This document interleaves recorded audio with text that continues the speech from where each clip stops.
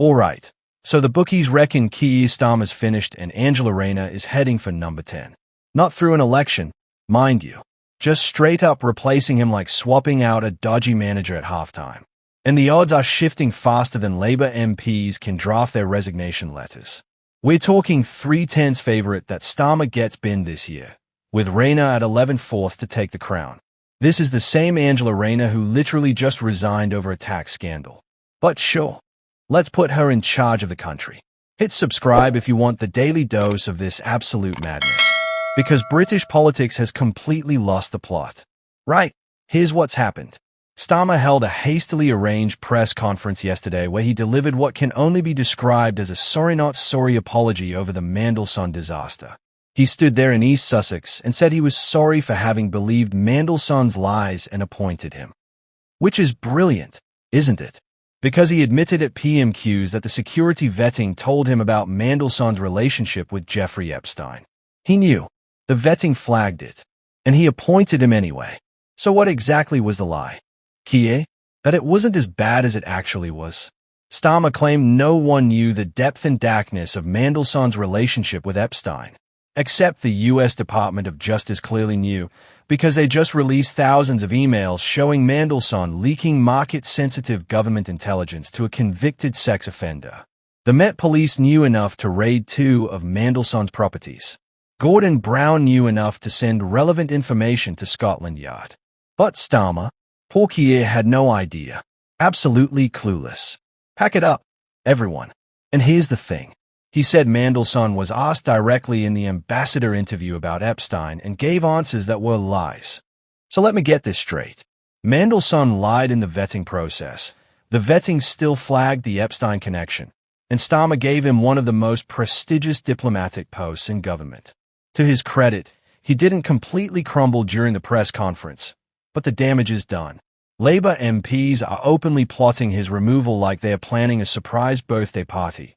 Except the surprise is political assassination. One 2024 Intake MP told The Guardian that at about 2 p.m. yesterday, if someone had pulled the trigger, we would have moved. Let that sink in for a second.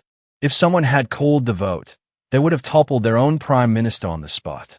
We're not talking about rumblings or discontent.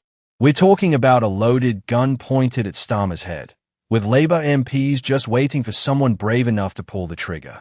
And now the bookies have weighed in. Sky Bet has Starmer being replaced this year at 3/10 favourite. Those are terrible odds if you're Keir Starmer. If you're enjoying this breakdown of Labour's spectacular implosion, go ahead and subscribe so you don't miss when this inevitably gets messier, because the odds are only going one direction. But wait, it gets better. Rayner is the 11/4 favourite to replace him.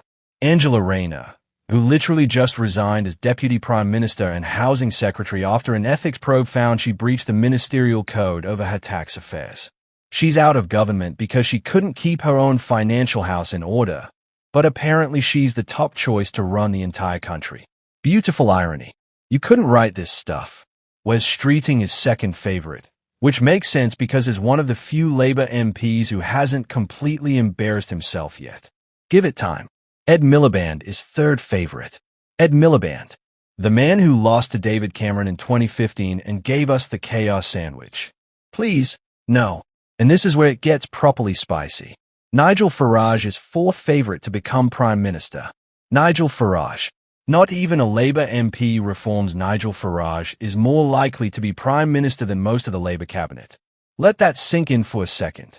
The bookies think there's a genuine chance we end up with Farage in number 10 before the next election. Absolute scenes.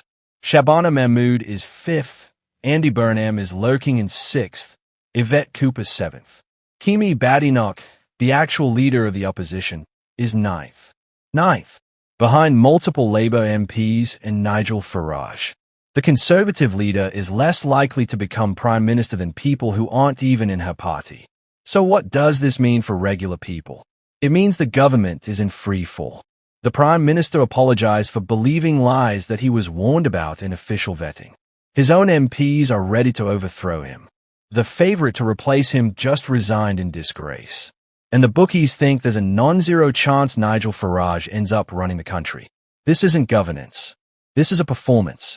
Political theatre where the actors have forgotten their lines and the director has legged it to the bar.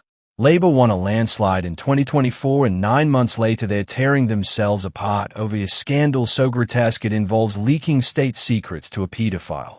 And Starmer's response? A half-hearted apology and a hope that it all blows over. Spoiler alert, it's not blowing over. The Met is investigating. Mandelson's houses have been raided. There are 100,000 documents being reviewed. Labour MPs are in open revolt.